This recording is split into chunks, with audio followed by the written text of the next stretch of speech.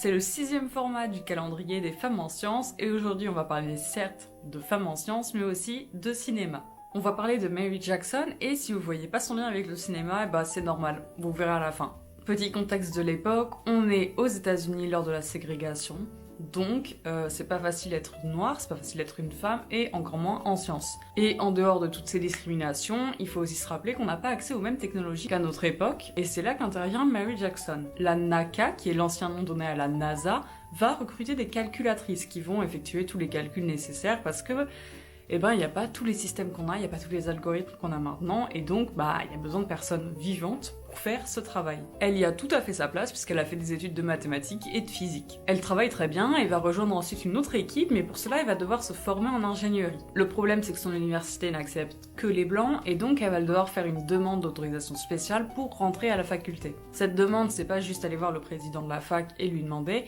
ça se passe devant un juge, donc c'est une vraie démarche à faire. Elle va finalement être autorisée à suivre ses cours d'ingénierie et devenir ingénieure. Et c'est comme ça qu'elle devient la première femme ingénieure noire à la NASA. En plus d'être un modèle dans son travail, elle est aussi un modèle contre la ségrégation. Et en effet, la NASA va devenir l'une des premières organisations gouvernementales à lutter et acter contre la ségrégation. Je vous avais parlé de cinéma au tout début de la vidéo et on en reparle maintenant. En effet, cette histoire elle vous a peut-être fait penser à un film et effectivement, Mary Jackson apparaît dans Les Figures de l'ombre. Elle n'est pas représentée seule, elle est représentée aussi aux côtés d'autres femmes afro-américaines scientifiques, dont Katherine Johnson et Dorothy Vaughan. Si vous n'avez pas vu le film, allez le voir, il explique vraiment bien la situation de l'époque et il est vraiment chouette. A bientôt pour un nouveau format de calendrier de l'Avent.